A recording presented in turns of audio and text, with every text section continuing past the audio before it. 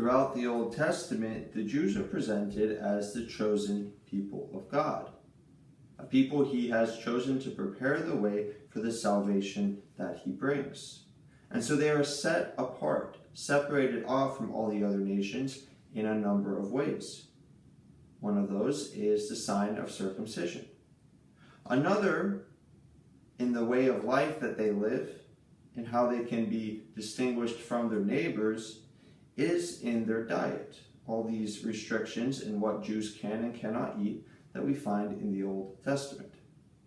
Now, with the coming of Jesus, the salvation prepared in the Jewish people is now extended to all of mankind.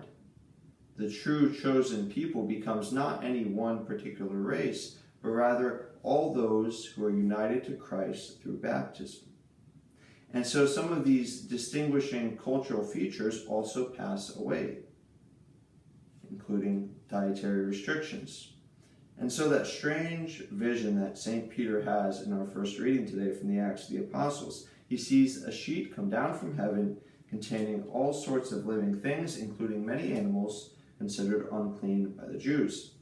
God says to him, "Get up, Peter, slaughter and eat."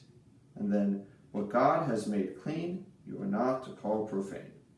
It's really good news because now we can eat bacon. But this episode, I think, gives us an insight into how we can tell in the Old Testament between the things that still apply and those that have passed away. In short, I would say that everything that has to do with mankind as such, something about who we are as human beings, how we interact with God, how we interact with one another, that's still going to hold. Most obviously, the Ten Commandments.